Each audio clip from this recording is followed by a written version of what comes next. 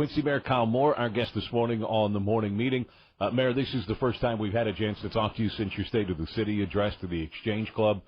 News came out from new Governor Rauner that the state of Illinois going to be cutting funding to its municipalities by about 50%. For Quincy, that means about 6% of the total budget for running the city. When did you know from Governor Rauner's office that this was going to be the plan? Did you get any kind of heads up before his address so that you could start formulating a plan? We knew that morning before the budget address was at noon, so I had a good idea about 7:30 in the morning that was going to happen. And I think it's it's just a proposal right now, but it doesn't surprise me. The state of Illinois is in a $6 billion hole next fiscal year, and we can't forget that this year they're facing a $1.5 billion hole because the state budgeted receiving revenues that they weren't going to get in. And so I don't think that you can close a $6 billion hole without feeling some pain and without a shared sacrifice. And this is not they're not closing the hole just solely on the backs of municipalities. And so I'm not surprised that we have to share in that, and that's what we have to deal with. How does the Quincy City Council and your office start to even put together a budget in which 6% of your revenue is just gone? Well, here's the tricky part for us is that most likely the budget won't be voted on until June. And we have to adopt our budget at the end of April. Mm-hmm. And so we, the Municipal League is saying that we should probably count on a revenue reduction. It might not be the full. In our case, we get $4 million from the state. So if they cut it in half, it's going to be $2 million for us. It may not be the full $2 million that we get cut, but that we should not plan to go unscathed in this next budget cycle. And so I think we have to plan on the worst case scenario and then adjust our budget upward based on the decision that the state makes. Okay, so the easy answer when all of a sudden you have to do without that amount of money is to say, okay, well, we're going to raise fees or we're going to raise taxes that way. How creative can you be in finding ways to smooth this out? Well, first, I just left my office with the department head today before this interview, and all week long had meetings with department heads to look at cuts that were long-term and sustainable. So not one-time budget fixes, because if we get cut this next year, we're probably not going to get that money back, or we shouldn't plan on it. And so we have conversations with department heads about cuts. We are looking at, revenues, what other cities are doing, and looking at I don't call it a piece of a pie, but looking at a solution that doesn't totally gut the city government or hit people's pocketbooks unexpectedly where they can't afford it. And it's an interesting balance that we're going to have to make, because for every position that somebody says, well, I don't want that cut, well, now you have to go out and find new revenue. Or, and so that's the conversation we have to have, and it's not going to be an easy one, and it's going to be a very hard one to have. Quincy Mayor Kyle Moore, our guest this morning on the morning meeting. Mayor, you said we at one point there. Have you talked with other mayors across the state of Illinois? Has there been a meeting? Is there a think tank or a consensus that other mayors, whether it's larger cities like Springfield, Peoria, Bloomington, Normal, are talking about, or some same-size cities like Quincy that you've been talking with? I reach out to the Municipal League, which is our group that handles all cities throughout Illinois. But then I have mayors that I call that are in larger cities but small cities, and it's really interesting that different cities are on different budget cycles. So for those cities that have already adopted their budget, say their budget began January 1st, they're just taking a wait-and-see approach until it's done.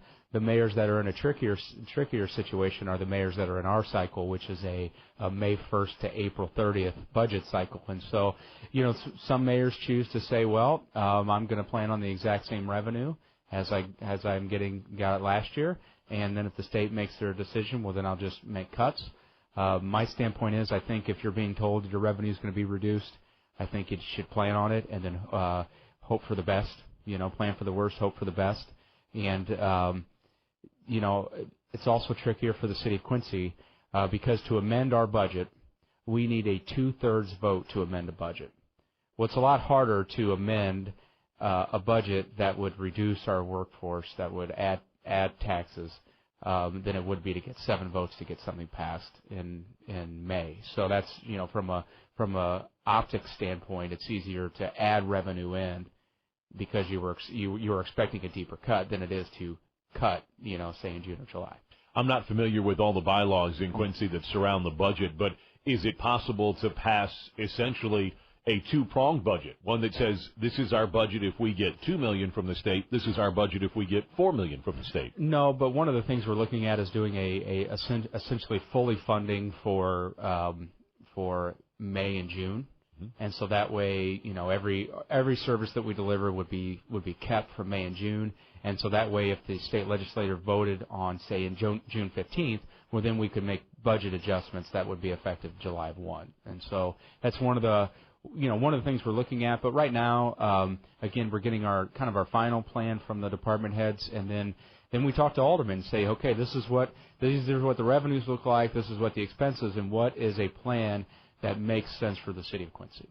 And you've got some aldermen that are facing elections this year too. Yes, and that's not easy, But I mean, I think hopefully citizens understand that this isn't something that. It's not the city council wanting to drastically cut services. It's not the city council wanting to just raise revenue for the sake of revenue. It's looking at the state of Illinois as in a $6 billion hole.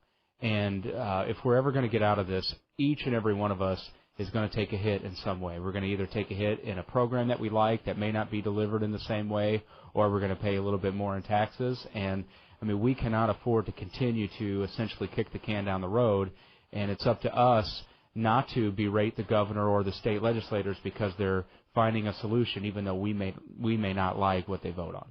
Talking with Quincy Mayor Kyle Moore this morning on the morning meeting. Quincy found out just before Governor Rauner's State of the State that up to 6% of the city's budget could be slashed due to needed cuts at the state level. Mayor Moore, have you even begun to think about where that 6% would come from? Have you started to just bat ideas around, hey, we're going to need to cut, and cuts could come in XYZ place? We're looking at every department and looking at the staffing level that we need to maintain services. So, for an example, central services. Central services, which, fixes your sidewalks and fills the potholes and takes our garbage, they have essentially a little over 30 people. What most people don't understand is for us to run a snow crew for 12 hours, it takes us at least 13 people. And so if you do that for one snow day, that's, 26 people. So central services there has already been cut really far to the bone. And if we're going to still deliver, if you're still going to have your snow routes and do that at the same level of service, you can't cut anymore. So then you start looking at other departments, and there's, quite frankly, some departments that, only have 1 or 2 people, so you're not going to get your cuts out of there. So that's where it gets really tricky to make sure that one department doesn't bear all the weight of a cut, but also, infrastructure, public safety is 70% of our budget. You can't cut 6% of your budget without it going to those 3 things. Boy, and before this late snow came, you were about to skate on some of that overtime for snow routes this year. Yeah, it was looking really good up until February 1st, and then it switched, and we've used a lot of salt this month.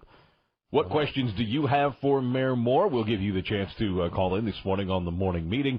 223-9300, 223-9300, or 800-228-9823 this morning. More with Mayor Moore as we continue on the morning meeting. Where we go, others will follow. That's who we are. Even if it's not the best idea. The morning meeting on Talk Radio 930 WTAD. WTAD.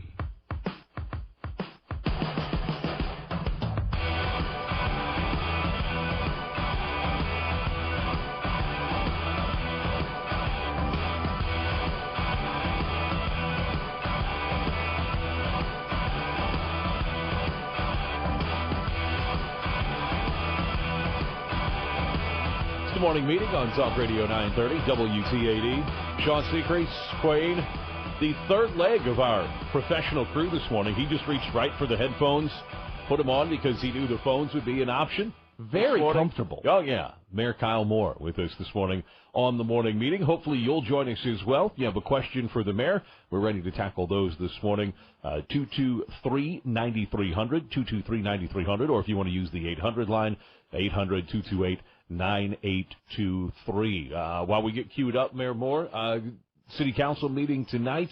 Looking over the agenda, to my novice eyes, there didn't seem anything too controversial coming up. But one thing that I did notice was there's going to be a first reading of an ordinance, a leasing agreement involved with Northside Boat Club. What's up with that? Yeah, the Northside Boat Club sits on city land, and so they've had a lease that's been expired for a few years, and so it's just brushing up some of our paperwork and extending their lease. So I don't think a lot of people realize that they're actually sitting on city-owned property. All right. Good morning. Welcome to the morning meeting. You're on with Mayor Moore. Hello? Yes, you're on with Mayor Moore. Good morning. Good morning. I had a question for the mayor, and you might have already addressed this, but I'm not sure because I just tuned in a few minutes ago. Are they going to discontinue the train service from Quincy to Chicago? Do you have any insight on that? Well, that's a very good question, and we haven't talked about it. One of the governor's proposal is to reduce the Amtrak budget, and from my understanding, the effects would really take place on the stops in between the final destination or the beginning of the line. So, for example, I don't think Quincy and Chicago would see no train service. I think you would probably see some train stops that maybe only one or two passengers get on at a time might be reduced. And, there's a likelihood that maybe we go from two trains to one. But right now, I don't hear a lot of conversation about the Quincy to Chicago route. And I believe that I think it's going to be a hard sell to get Amtrak funding reduced just because it plays such a vital role, not only for our colleges, our businesses, but just moving around the state of Illinois. So I'm not, going to predict anything, but I would see that probably is going to be a very hard sell for a lot of legislators. Well, I just for an example, last week I was up visiting my father in Sandwich, and I get off the train in Plano, and it really works for me because my husband works. I can take the train and come back and forth on the train, but I got a call Sunday night that my daughter was at Blessings Hospital in ICU, and I was able to get on that train and get back here. And I think people should think about that. For people who don't drive or choose not to drive, it really was a godsend, and so I hope they don't do that. But like you say, maybe it'll be a hard sell. I appreciate your time. Thank you for calling. Thanks for the call this morning. Appreciate it. Good morning. You're on with Mayor Moore on the morning meeting. Good morning, Mayor. Good morning. Question, then I guess a comment depending on your answer. Is there an ordinance in Quincy requiring property owners to clear snow from their sidewalks that are adjacent to their property? I don't believe so. Has that ever been discussed? And the reason I ask, we've lived in a number of communities from here to Colorado over the years, and Quincy's the only place I've ever lived that didn't require property owners to clear their snow within X number of hours following the end of a snowfall. It could be a safety hazard, kids walking to school, people that just want to go out and take a walk, put their coat and boots on, and not have to trudge through 10 inches of snow, and somebody's because they don't go out and clear their sidewalks. I'm wondering if that's something that can be done. Well, we can look at what other communities do ordinance-wise to do that and to enforce that. Like I said, I have not been involved in those conversations during my time on the council, or recently I did. Another news media outlet did a story last night about it, but I haven't had the time to actually check into our existing code. But I don't believe we have one right now. But we can look into it. Thanks for the call this morning. Appreciate it very much. Sir. I don't know if it's just a second ward tradition where I'm at, but people just walk down the middle of the street. Yeah, it does become an issue. It becomes an issue for pedestrians and also for disabled individuals that need to move around our city. You mean they walk down the middle of the street when there's snow? No, regardless. So they're already in practice, when there's snow because the snowplow comes through and then middle of the street. And, I was one of those people. This particular piece of property that I'm at now, I bought about 4 years ago, and Central Services came through. I guess it must have been scheduled for a sidewalk repair before I bought it because I didn't ask anyone about it. And about 4 months after being there, while I was still doing renovation, they came through and reworked the corner, and they did a very nice job. And now the reason for that, I believe, was that it's a corner that has a sewer drain there, and I could tell there were problems with it at the time. But they did a great job, and that sidewalk's in great shape, but people love the street. It's from a philosophical standpoint, the sidewalk usually is owned by the city. Mm-hmm. It's usually in city right-of-way. Yep. So do we get into an area where we're legislating people to take care of city property? That's an interesting... Is Central Services going to send someone to shovel my sidewalk if it's on the right-of-way? Probably not. Probably not. Again, we're down manpower, Sean. I don't... Well, there's no budget for city snowblowers, Sean. Yeah. Well, and I have, again, I don't want to make myself just the focus of this, but just as a jumping-off point with this, it's a corner property, so you've got the front sidewalk and then the longer sidewalk down the side of it as well.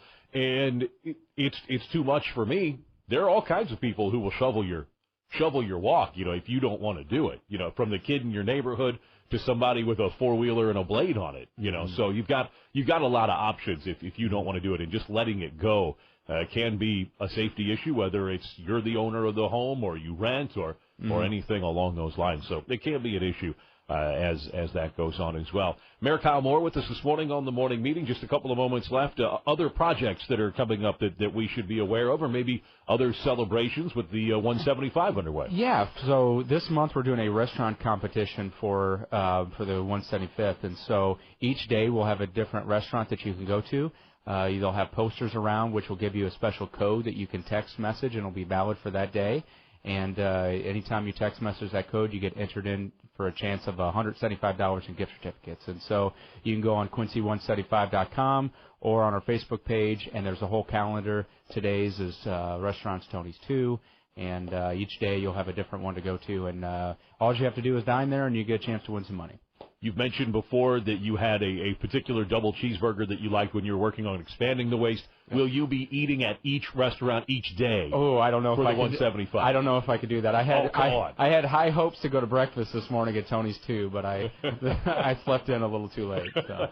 Mayor Moore joining us this morning on the morning meeting.